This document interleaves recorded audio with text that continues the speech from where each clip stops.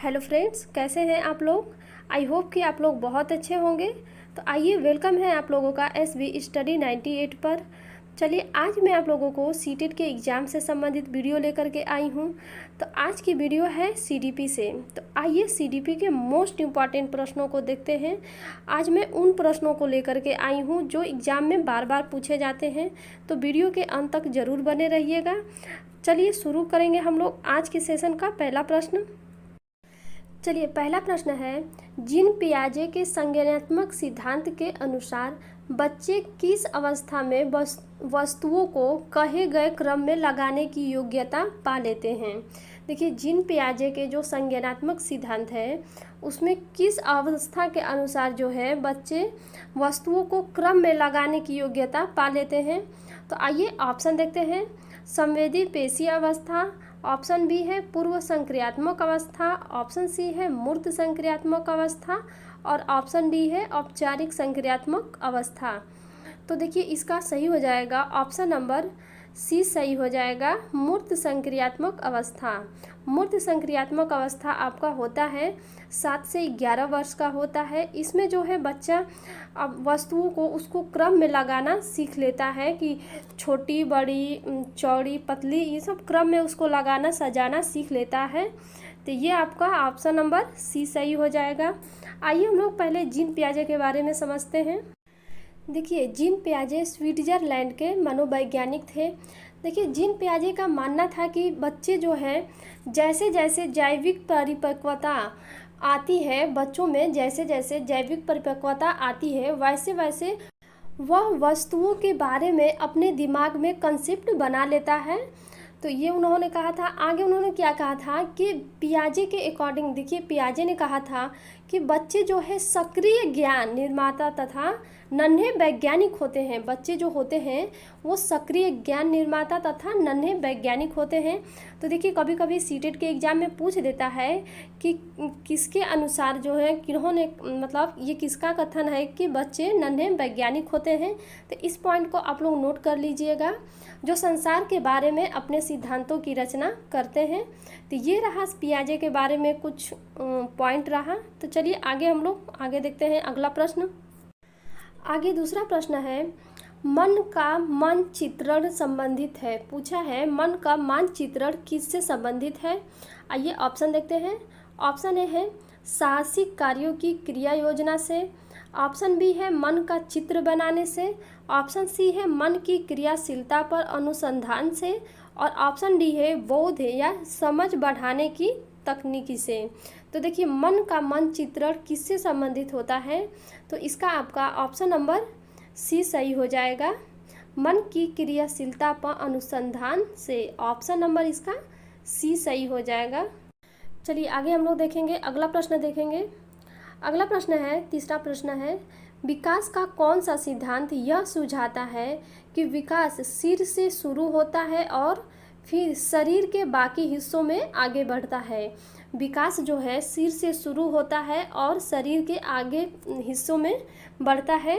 ये विकास का कौन सा सिद्धांत है। आइए ऑप्शन देखते हैं। ऑप्शन ए है समीप दूरविमुख सिद्धांत, ऑप्शन बी है व्यक्तिगत भिन्नताओं का सिद्धांत, ऑप्शन सी है शीर्षगामी सिद्धांत और ऑप्शन डी है एकरूपता का सिद्धांत। तो देखिए, इसका ऑप्शन नंबर सी सही हो जाएगा, शीर्षगामी सिद्धांत। देखिए, ये शीर्षगामी सिद्धांत में देखिए इसमें बच्चे का विकास जो है सिर से शुरू होकर के शरीर के बाकी हिस्सों में आगे बढ़ता है। तो इसी को शीर्षगामी सिद्धांत का ये परिभाषा हो जाएगा या शीर्षगामी सिद्धांत इसी को कहते हैं। देखिए, पिछली बार सीटेट में ये प्रश्न पूछा था शीर्षगामी सिद्धांत से, तो आप लोग इसको ज़रूर देख लीजिएगा। चलिए आगे देखते हैं अगला प्रश्न। चलिए आगे चौथा प्रश्न है, पियाजे के अनुसार कौन सा संप्रत्यय कार्य रूप सूचना को संगठित और प्रतिपादित करता है। देखिए, पियाजे फिर से आ गए हैं। तो देखिए, उन्होंने पूछा है कि इनके अनुसार, पियाजे के अनुसार संप्रत्यय कार्य रूप सूचना को संगठित और प्रतिपादित कौन सा करता है।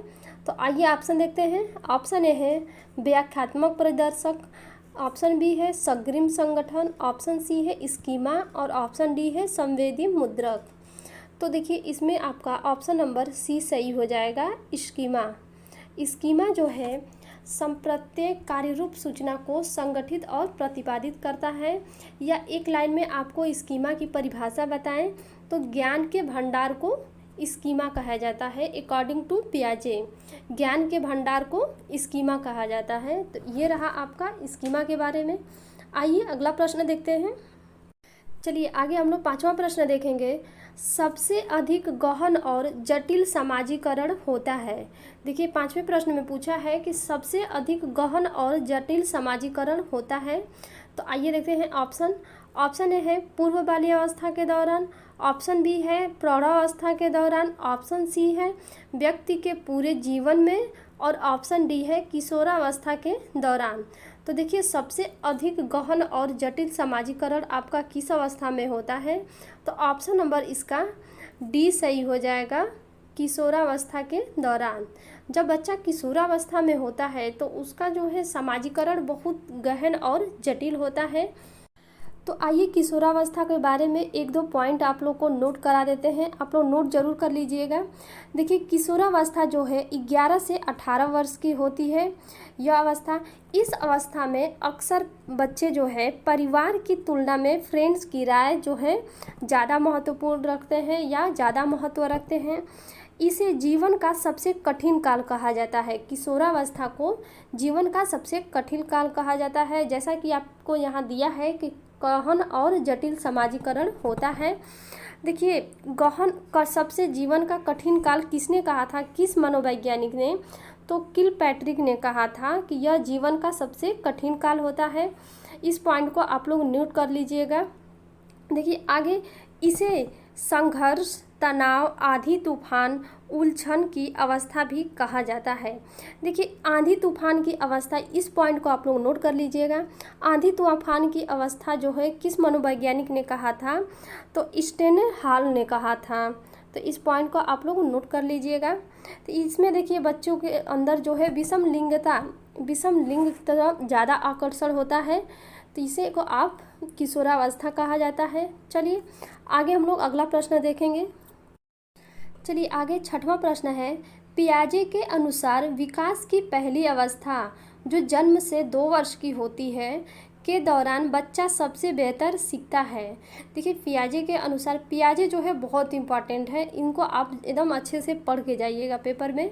तो देखिए पियाजे के अनुसार जो है जो विकास की पहली अवस्था है तो उसमें बच्चा जो है सबसे बेहतर किससे सीखता है? तो आइए ऑप्शन देखते हैं। ऑप्शन ए है अमूर्त तरीके से चिंतन द्वारा, ऑप्शन बी है भाषा के नए अर्जित ज्ञान के अनुप्रयोग द्वारा, ऑप्शन सी है इंद्रियों के प्रयोग द्वारा और ऑप्शन डी है निष्क्रिय शब्दों को समझने के द्वारा।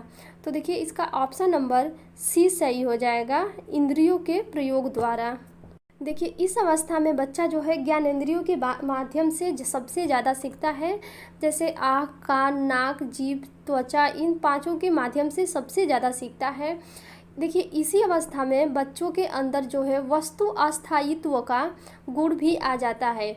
वो बच्चे जो है वस्तुओं की छाप बनाना शुरू कर देते हैं। इसी अवस्था में अपने दिमाग में वस्तुओं की छाप बनाना शुरू कर देते हैं।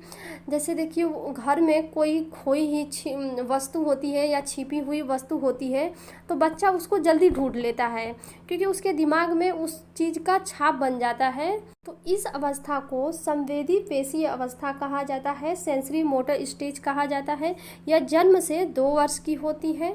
तो ये रहा आपका, इसका ऑप्शन नंबर कौन सा सही हो जाएगा? सी। चलिए आगे हम लोग अगला प्रश्न देखते हैं। आगे देखिए 7वां प्रश्न है, निम्नलिखित में से कौन सी विशेषता आंतरिक रूप से अभिप्रेरित बच्चों के लिए सही नहीं है? देखिए यहाँ पे नहीं है पूछा है। प्रश्न आप लोग ध्यान से पढ़िएगा। देखिए पूछा है कि कौन सी विशेषता जो है आंतरिक रूप से अभिप्रेरित बच्चों के लिए नहीं है। ऑप्शन देखते हैं। ऑप्शन ए है वे कार्य करते समय उच्च स्तर की ऊर्जा प्रदर्शित करते हैं। ऑप्शन बी है वे चुनौती भरे कार्यों को पसंद करते हैं। ऑप्शन सी है ये हमेशा सफल होते हैं और ऑप्शन डी है उन्हें कार्य करने में आनंद आता है। तो नहीं है पूछा है तो इसका ऑप्शन नंबर डी हो जाएगा, उन्हें कार्य करने में आनंद आता है। तो ये निगेटिव है तो ऑप्शन नंबर इसका डी सही हो जाएगा। चलिए हम लोग आगे देखते हैं अगला प्रश्न। चलिए आगे हम लोग का 8वां प्रश्न है, छोटे शिक्षार्थियों में निम्नलिखित में से कौन सा लक्षण जो है पठन कठिनाई का नहीं है। देखिए इसमें भी निगेटिव पूछा है कि पठन कठिनाई का कौन सा लक्षण नहीं है छोटे बच्चों में या छोटे विद्यार्थियों में। आइए ऑप्शन देखते हैं। ऑप्शन ए है शब्दों और विचारों को समझने में कठिनाई। ऑप्शन बी है सुसंगत परिवर्तन में वर्तनी में कठिनाई। ऑप्शन सी है वर्ण एवं शब्द पहचानने में कठिनाई। और ऑप्शन डी है पठन गति और प्रवाह में कठिनाई। तो देखिए पूछा है पठन कठिनाई का नहीं है, लक्षण नहीं पूछा है, तो ऑप्शन नंबर इसका ए सही हो जाएगा। ये ऑप्शन शब्दों और विचारों को समझने में कठिनाई, तो ऑप्शन निगेटिव पूछा है तो निगेटिव हो जाएगा, ऑप्शन नंबर ए सही हो जाएगा। चलिए आगे देखते हैं अगला प्रश्न। चलिए आगे हम लोग 9वां प्रश्न देखेंगे। देखिए पूछा है सृजनात्मक शिक्षार्थी वह है जो, देखिए इसमें क्रिटिकल स्टूडेंट के बारे में पूछा है, सृजनात्मक शिक्षार्थी क्रिटिकल लर्नर। ऑप्शन देखते हैं। ऑप्शन ए है परीक्षा में हर बार अच्छे अंक प्राप्त करने के योग्य है। ऑप्शन बी है पार्श्व चिंतन और समस्या समाधान में अच्छा है। ऑप्शन सी है ड्राइंग और पेंटिंग में बहुत विलक्षण है।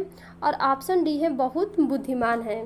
तो देखिए सृजनात्मक विद्यार्थी वह होता है जिसके अंदर पार्श्व चिंतन और समस्या समाधान में अच्छा होता है, तो ऑप्शन नंबर इसका बी सही हो जाएगा, पार्श्व चिंतन और समस्या समाधान में अच्छा हो, तो ऑप्शन नंबर इसका बी सही हो जाएगा।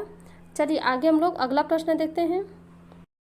चलिए आगे 10वां प्रश्न है, एक शिक्षिका अपनी कक्षा को प्रतिभाशाली बच्चों को की योग्यताओं की उपलब्धि चाहती है।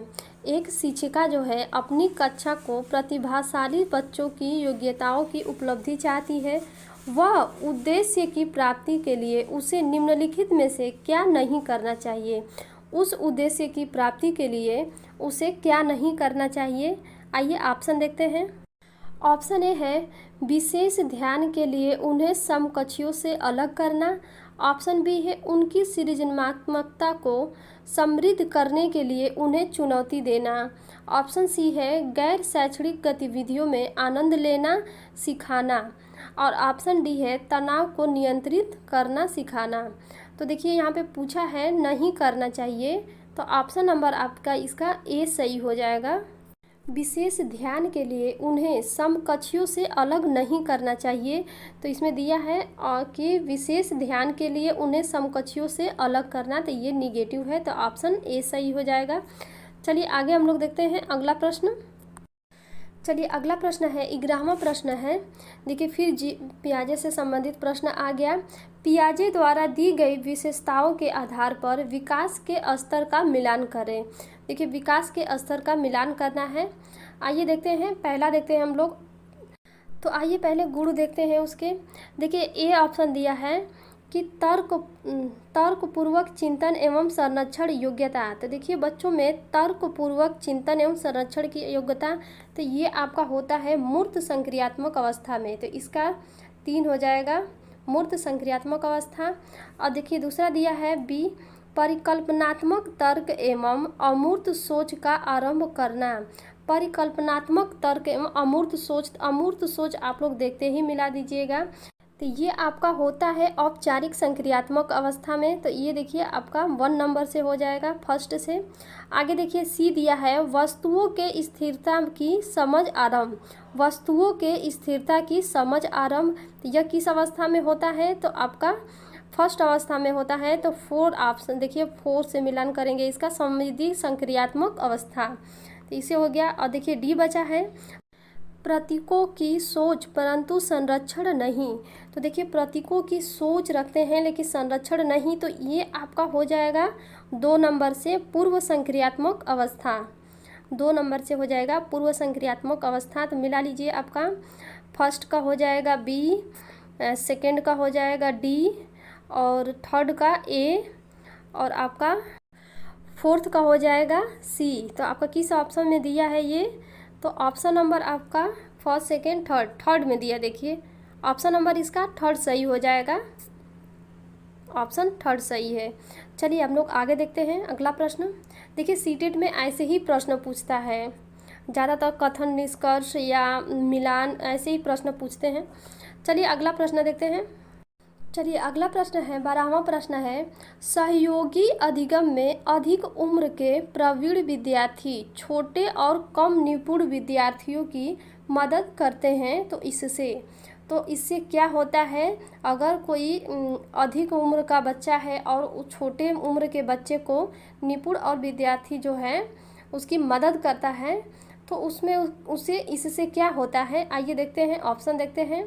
ऑप्शन ए है गहन प्रतियोगिता होती है।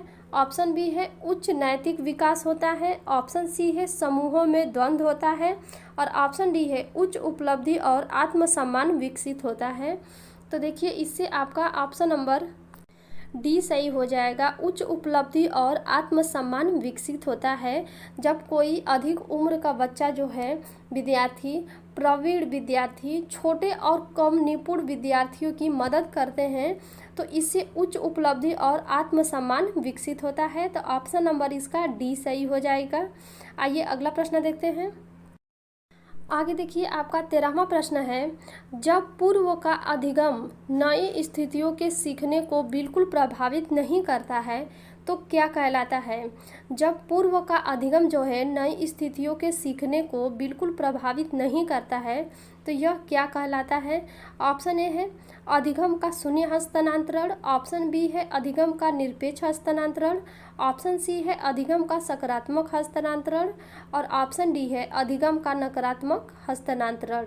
तो देखिए जब जो है पूर्व का अधिगम जो है नई स्थितियों में अगर सीखने में बिल्कुल प्रभावित नहीं करता है तो उसे अधिगम का शून्य हस्तांतरण कहा जाता है। तो ऑप्शन नंबर इसका ए सही हो जाएगा, अधिगम का शून्य हस्तांतरण। चलिए आगे देखते हैं हम लोग, अगला प्रश्न देखेंगे। चलिए आगे 14वां प्रश्न है, पियाजे के अनुसार संज्ञानात्मक विकास के किस चरण पर बच्चा वस्तु अस्थायित्व को प्रदर्शित करता है। देखिए आगे हमने इसी के बारे में आपको बताया है, अब यहाँ पे प्रश्न आ गया है तो इसके बारे में भी जान लेते हैं। आइए ऑप्शन देखते हैं। मूर्त संक्रियात्मक चरण। ऑप्शन बी है औपचारिक संक्रियात्मक चरण। ऑप्शन सी है संवेदी पेशीय चरण। और ऑप्शन डी है पूर्व संक्रियात्मक चरण। तो देखिए बच्चा जो है वस्तु अस्थायित्व का गुण जो है संवेदी पेशीय अवस्था में पा लेता है। तो ऑप्शन नंबर इसका सी सही हो जाएगा, संवेदी पेशीय अवस्था। यह अवस्था जो है जन्म से 2 वर्ष की होती है, तो इसे संवेदी पेशीय अवस्था कहा जाता है। जिन पियाजे के संज्ञानात्मक विकास की पहली अवस्था है यह। चलिए हम लोग आगे देखते हैं, अगला प्रश्न देखेंगे। चलिए आगे हम लोग अगला प्रश्न देखेंगे। 15वां प्रश्न है, पियाजे के सिद्धांत के अनुसार बच्चे निम्न में से किसके द्वारा सीखते हैं। तो आइए ऑप्शन देखते हैं। ऑप्शन ए है सही प्रकार से ध्यान लगाकर जानकारी को याद करना। ऑप्शन बी है समाज के आर्थिक योग्य सदस्यों के द्वारा उपलब्ध कराए गए सहारे के आधार पर। ऑप्शन सी है अनुकूलन की प्रक्रियाएं। और ऑप्शन डी है उपयुक्त पुरस्कार दिए जाने पर अपने व्यवहार में परिवर्तित करना। तो देखिए पियाजे के सिद्धांत के अनुसार जो है बच्चे निम्न में से किसके द्वारा सीखते हैं, तो इसका जो है ऑप्शन नंबर सी सही हो जाएगा, अनुकूलन की प्रक्रियाएं। अनुकूलन की प्रक्रियाएं, ऑप्शन नंबर सी सही हो जाएगा। तो देखिए ऑप्शन में अनुकूलन आया है तो आप लोग सोच रहे होंगे कि अनुकूलन क्या होता है। तो देखिए अनुकूलन को एडाप्टेशन भी कहा जाता है। देखिए वातावरण के अनुसार अपने आप को ढालना, बच्चा जो है वातावरण के अनुसार अपने आप को ढालना, किसी भी परिस्थिति में ढालना जो है यही आपका अनुकूलन कहलाता है। इसकी आपकी 2 प्रक्रियाएं होती हैं, एक होता है आत्मसातकरण और दूसरा होता है समायोजन। तो ये रहा आपका अनुकूलन के बारे में, तो इसका ऑप्शन नंबर सी सही हो जाएगा। चलिए अगला प्रश्न देखते हैं हम लोग। चलिए आगे आपका 16वां प्रश्न है, वाइगोत्स्की के अनुसार समीपस्थ विकास का क्षेत्र है। देखिए लेव वाइगोत्स्की आ गए, तो इनके अनुसार जो है समीपस्थ विकास का क्षेत्र क्या होता है। आइए ऑप्शन देखते हैं। ऑप्शन ए है अध्यापिका के द्वारा दिए गए सहयोग की सीमा निर्धारित करना। ऑप्शन बी है बच्चे के द्वारा स्वतंत्र रूप से किए जा सकने वाले तथा सहायता के साथ करने वाले कार्य के बीच अंतर। ऑप्शन सी है बच्चे को अपना सामर्थ्य प्राप्त करने के लिए उपलब्ध कराए गए सहयोग की मात्रा एवं प्रकृति।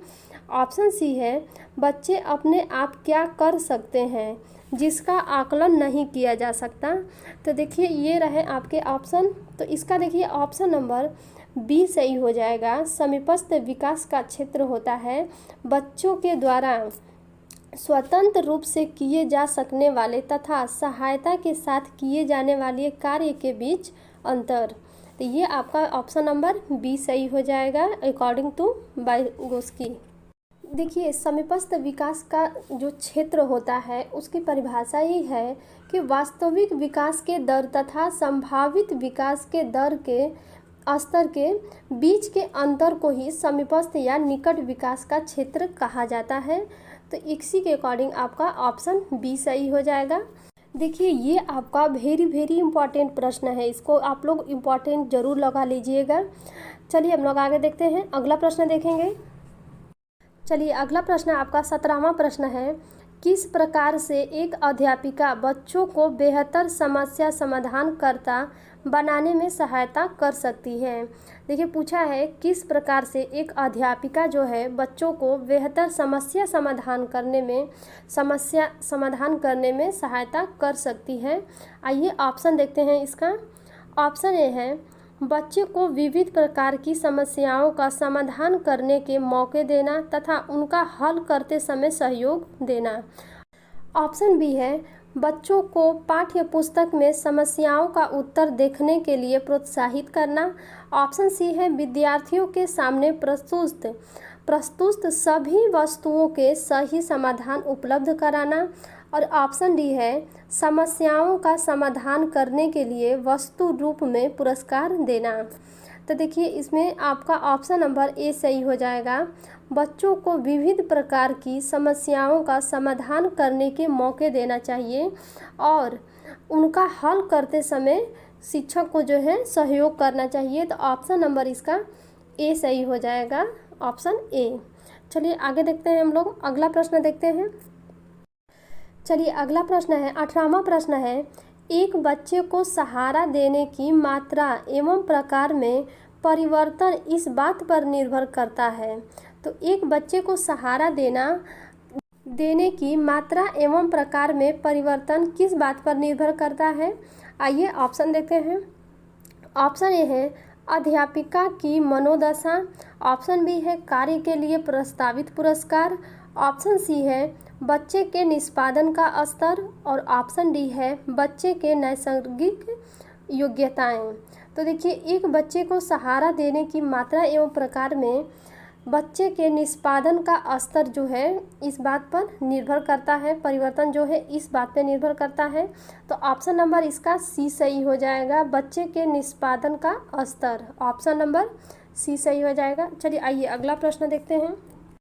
चलिए अगला प्रश्न है 19वां प्रश्न है, इनमें से कौन सी अधिगम अशक्तता वाले बच्चे की एक विशेषता है। देखिए पूछा है अधिगम अशक्तता वाले बच्चे की विशेषता इसमें से कौन सी है। आइए ऑप्शन देखते हैं। ऑप्शन ए है, 50 से नीचे की बुद्धि लब्धि। ऑप्शन बी है, अन्य बच्चों को धमकाना तथा आक्रामक कार्यों में लगे रहना। ऑप्शन सी है, एक ही प्रकार की गत्यात्मक क्रिया को बार बार दोहराना।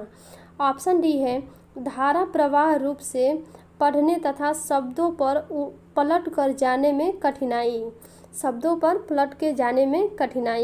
तो देखिए इसका ऑप्शन नंबर डी सही हो जाएगा। धारा प्रवाह रूप में पढ़ने तथा शब्दों पर पलट कर जाने में कठिनाई होता है जिस बच्चे में अधिगम अशक्तता वाले जो बच्चे होते हैं उनकी ये विशेषताएं हैं। तो ऑप्शन नंबर इसका डी सही है।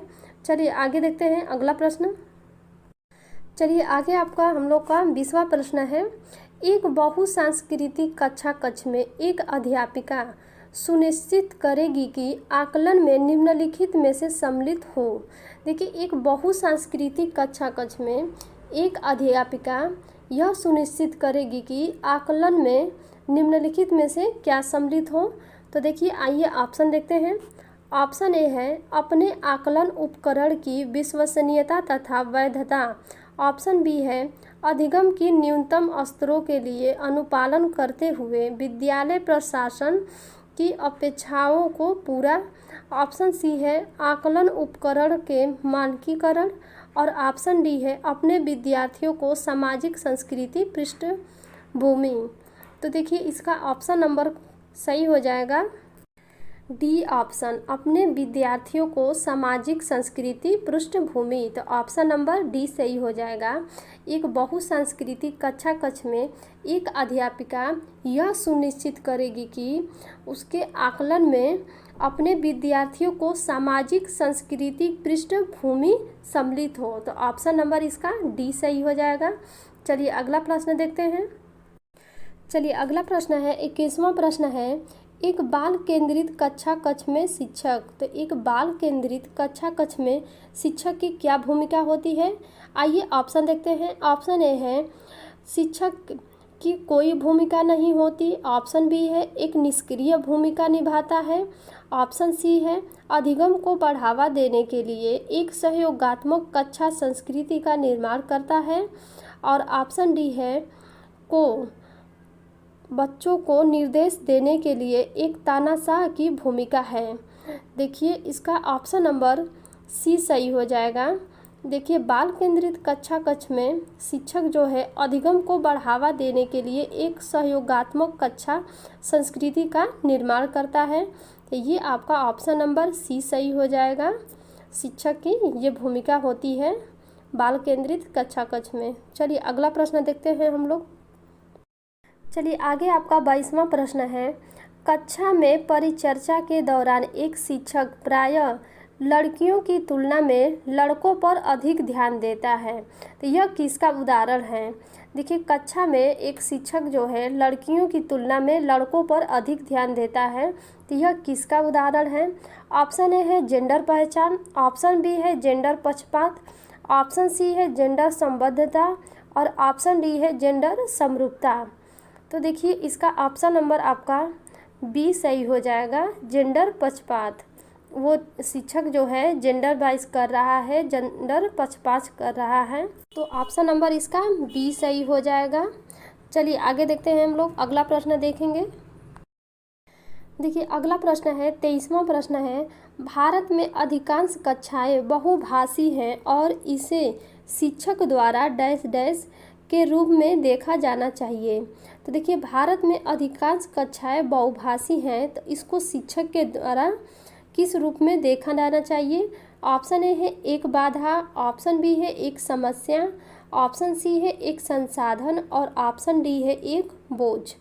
तो देखिए इसका ऑप्शन नंबर सी सही हो जाएगा, एक संसाधन। ऑप्शन सी सही हो जाएगा, एक संसाधन। शिक्षक जो है उसको एक संसाधन के रूप में देखेगा, न कि बाधा, समस्या या बोझ के बारे में। तो ऑप्शन इसका सी सही हो जाएगा, शिक्षक जो है संसाधन के रूप में देखेगा। चलिए आगे देखते हैं हम लोग, अगला प्रश्न देखेंगे। चलिए आगे हम लोग 24वां प्रश्न देखते हैं। देखिए पूछा है डॉट डॉट खाली स्थान को एक अभिप्रेरित शिक्षण का संकेतक माना जाता है। तो किसको जो है अभिप्रेरित शिक्षण का संकेतक माना जाता है? आइए ऑप्शन देखते हैं। ऑप्शन ए है शिक्षक द्वारा दिया गया उपचारात्मक कार्य, ऑप्शन बी है शिक्षार्थियों द्वारा प्रश्न पूछना, ऑप्शन सी है कक्षा में एकदम खामोशी, और ऑप्शन डी है कक्षा में अधिकतम उपस्थिति। तो देखिए किसी जो है अभिप्रेरित शिक्षण का संकेत माना जाता है। तो इसका देखिए ऑप्शन नंबर बी सही हो जाएगा, विद्यार्थियों द्वारा प्रश्न पूछना जो है को एक अभिप्रेरित शिक्षण का संकेत माना जाता है। तो ऑप्शन नंबर आपका बी सही हो जाएगा, विद्यार्थियों द्वारा प्रश्न पूछना। देखिए आप लोग चैनल को सब्सक्राइब नहीं किए हैं तो प्लीज़ चैनल को सब्सक्राइब कर लीजिएगा, बेल आइकन प्रेस कर लीजिएगा ताकि आपको नोटिफिकेशन मिलता रहे। आइए हम लोग अगला प्रश्न देखते हैं। चलिए आगे आपका 25वां प्रश्न है, कक्षा में बच्चों को प्रेरित समझा जा सकता है यदि। तो देखिए कक्षा में बच्चों को प्रेरित कब समझा जा सकता है? आइए ऑप्शन देखते हैं। ऑप्शन ए है वे शिक्षक से स्पष्टीकरण प्राप्त करने के लिए प्रश्न पूछते हैं। ऑप्शन बी है वे अच्छी तरह से वर्दी पहन के स्कूल में आते हैं। ऑप्शन सी है वे कक्षा में अनुशासन बनाए रखते हैं। और ऑप्शन डी है वे सभी उपस्थिति में नियमित हैं। तो देखिए इसमें पूछा है कि कक्षा में बच्चे को प्रेरित समझा जा सकता है, तो किस अवस्था में या कब समझा जा सकता है? तो इसका ऑप्शन नंबर ए सही हो जाएगा। वे शिक्षक से स्पष्टीकरण प्राप्त करने के लिए प्रश्न पूछते हैं।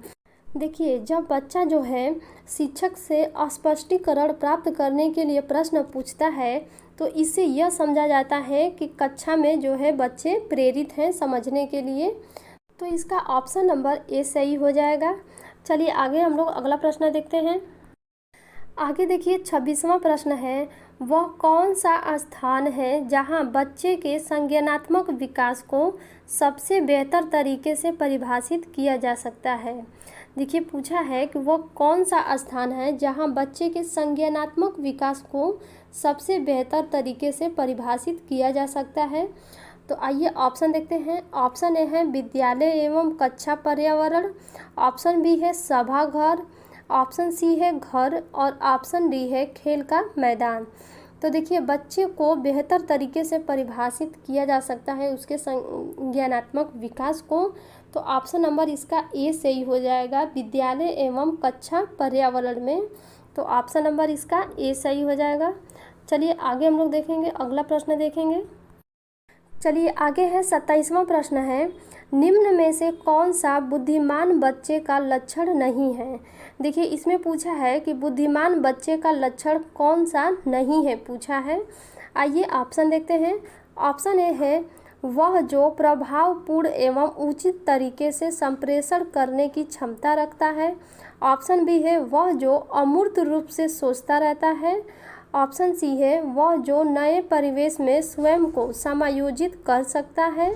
और ऑप्शन डी है वह जो लंबे निबंधों को बहुत जल्दी रटने की क्षमता रखता है। तो देखिए इसमें पूछा है कि कौन सा बुद्धिमान बच्चे का लक्षण नहीं है पूछा है।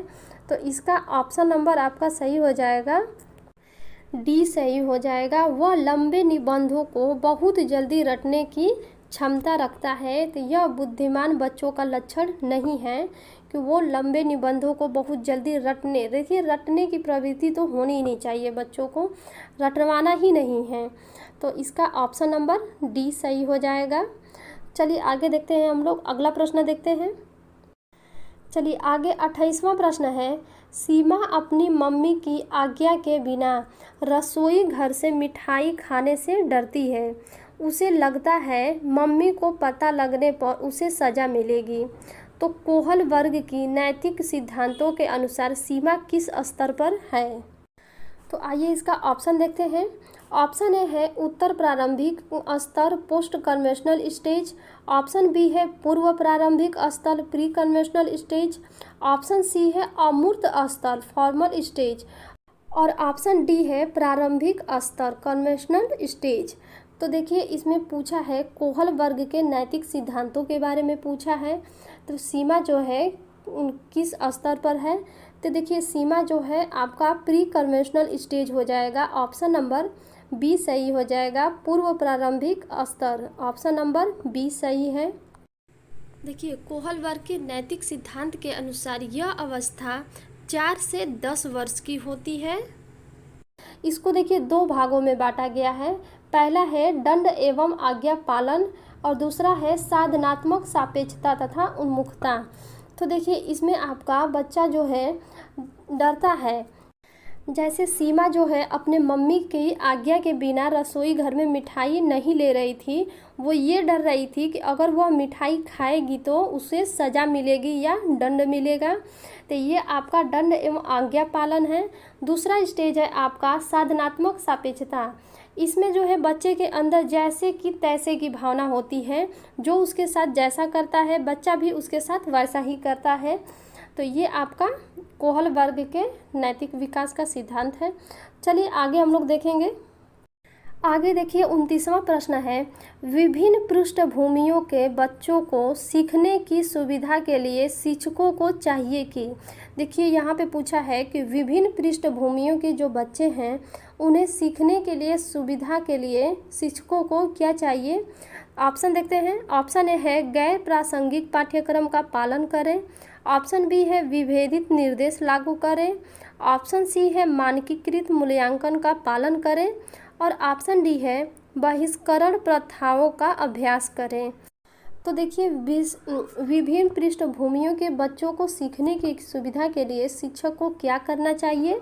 तो देखिए इसका ऑप्शन नंबर सही हो जाएगा बी, विभेदित निर्देश लागू करने चाहिए, जिसमें कोई भेद ना हो, विभेदित निर्देश लागू करना चाहिए।